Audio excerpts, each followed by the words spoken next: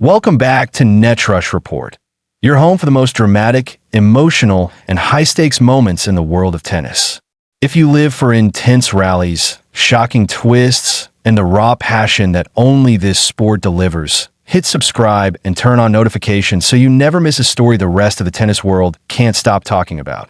The third round of the Cincinnati Open had already been hyped, but no one expected what Aryna Sabalenka and Emma Raducanu would produce under the humid Ohio skies. Sabalenka, the reigning powerhouse from Belarus, came in as the heavy favorite, but Emma Raducanu has built her reputation on upsetting the expected.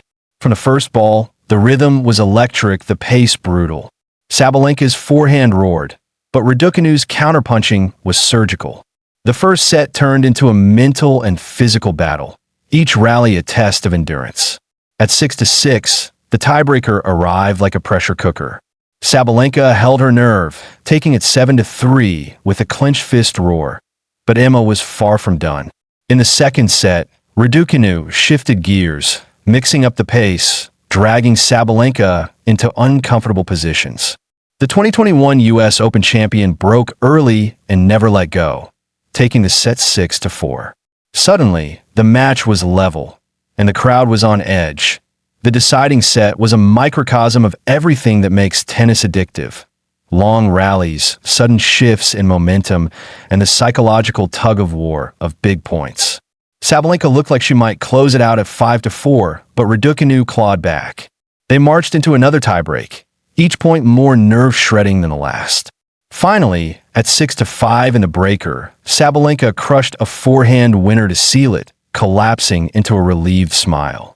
Final score, 7-6, 3, 4-6, 7-6, 5. 3 hours. Endless drama that in the glow of victory. Most players expect congratulations. Instead, Sabalenka logged onto social media to find a different reaction from Rennae Stubbs. On X, the Australian tennis veteran wrote, "So confusing." The comment came after she analyzed Sabalenka's game, pointing out that despite her victory, there were moments that raised concerns, errors in decision-making, risky shot selection under pressure, and patterns that elite opponents could exploit. For fans, it was a strange juxtaposition. How could someone question a player who had just survived such a marathon? But in the world of elite tennis, wins can sometimes mask weaknesses, and coaches see things the scoreboard doesn't reveal.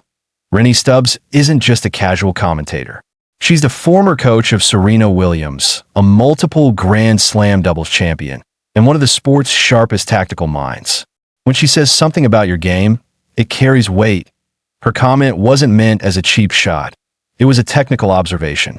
Sabalenka's powerful baseline game is her greatest weapon, but Stubbs seemed to suggest that without adjustments, that same power could backfire, especially in the later stages of big tournaments. It's worth noting that earlier this season, Stubbs had publicly defended Sabalenka when she was dealing with fitness concerns after skipping the Canadian Open. This wasn't a critic with an axe to grind. It was an expert pointing out what might separate a win from a championship. After the match, Sabalenka sat down for a post-match press conference, her face a mixture of relief and exhaustion. She admitted that the match had taken more out of her than she expected, not just physically, but mentally. "I realized I'm not 20 anymore," she laughed, referencing how much the humid conditions had pushed her. She talked about the challenge of controlling her breathing during tense moments, something she's been working on with her team. That on Raducanu, Sabalenka was generous. "She looked great out there. Really made me fight for every point." The mutual respect was clear, even after a match that could have drained any professional. This Cincinnati battle didn't happen in isolation. Just weeks earlier, Sabalenka had been a semi-finalist at Wimbledon, showcasing some of her best grass-court tennis. But that run ended abruptly at the hands of Amanda Anisimova, a result that reminded fans and analysts alike that Sabalenka's game, while dominant on its day, can falter under specific tactical pressure. The Canadian Open absence added another wrinkle. Questions about her conditioning began to surface, though she dismissed them with confidence. Cincinnati was her chance to silence doubts. Here's the real tension. Can a player win and still be in trouble? The answer, as Stubbs implied, is yes. Tennis isn't just about the match you just played. It's about the match you're about to play. Sabalenka's errors against Raducanu might have been survivable in round 3, but against a top 5 rival in a semifinal or final, they could be fatal. For Sabalenka, the takeaway is simple. Learn fast, adapt faster.